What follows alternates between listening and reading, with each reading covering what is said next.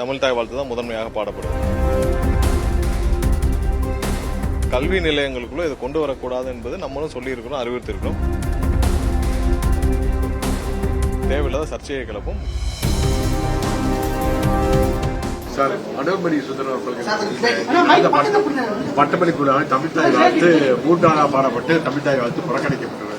அந்த பாடலை பாட்டு அனுமதி சுந்தரம் அவருக்கே அந்த அதுக்கு என்ன நடவடிக்கை இல்லை, அதாவது என்னன்னா, கண்டிப்பா இது கவர்னர் அலுவலகத்திலிருந்து அங்க அறிவுறுத்தப்பட்டிருக்கதாக அவங்க சொன்னாங்க. இதை வந்து கவர்னர் அலுவலகத்திலிருந்து இந்த மாதிரியாக பண்ணணும்னு சொல்லியிருக்காங்க. அது முற்றிலும் தவறான செயல். இது வந்து தமிழகத்தில் வந்து கண்டிப்பாக தமிழ் தாய் வாழ்த்துக்கு தான் முன்னுரிமை கொடுக்கப்பட வேண்டும். தமிழ் தாய் வாழ்த்து தான் முதன்மையாக பாடப்பட வேண்டும். கவர்னர் அலுவலகம் திரும்ப இந்த மாதிரியான ஒரு சர்ச்சையான செயலை அவங்க திரும்ப செஞ்சுட்டு வராங்க. கண்டிப்பா இது மாற்றப்பட வேண்டும். விரைவாக அனைவரிடம் ஆலோசிச்சு இது என்ன வந்து எப்படி நம்ம சட்டப்பூர்வமாக கொண்டு வரணுமோ நம்ம பார்ப்போம். மத்திய அமைச்சர் உள்துறை அமைச்சர் அமித்ஷா ஒரு சுற்றறிக்கை அனுப்பினார். அந்த சுற்றறிக்கையில் என்னன்னா, முதல்ல மொழி பாடலுக்கு தான் முக்கியத்துவம், 2வது வந்தே மாதிரம், 3வது தேசிய கீதம்னு சொன்னாங்க.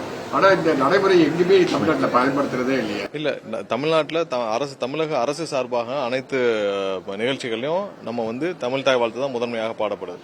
அதே நேரத்தில் கவர்னர் அலுவலகம் சார்ந்த நிகழ்ச்சிகள்ல மட்டும் தான் இது செய்யப்படுது. அதுவும் வந்து கல்வி நிலையங்களுக்குள்ள இதை கொண்டு வரக்கூடாது என்பது நம்மளும் சொல்லியிருக்கிறோம், அறிவுறுத்திருக்கிறோம். அதையும் தாண்டி இந்த மாதிரி செய்யப்பட்டிருக்குது. இது கடுமையான கண்டனத்திற்குரியது. இதை கவர்னர் அலுவலகம் கண்டிப்பாக தவிர்க்க வேண்டும், இதை தடுக்க வேண்டும். ஏன்னா இது வந்து தேவையில்லாத ஒரு சர்ச்சையை அவங்க கவர்னர் அலுவலகத்துக்குள்ள செய்யறாங்கன்னு பரவாயில்ல, இன்னைக்கு கல்வி நிலையங்கள் வரை இதை கொண்டு வருவது கண்டிப்பாக தடுக்கப்பட வேண்டும். அது வந்து தேவையில்லாத சர்ச்சையை கிளப்பும். தமிழகத்தில் தமிழ் தாய் வாழ்த்துக்கு தான் முன்னுரிமை கொடுக்கப்பட வேண்டும். விரைவாக ஆலோசிச்சுட்டு இதுல என்ன பண்ணலாம் சொல்லியாச்சு.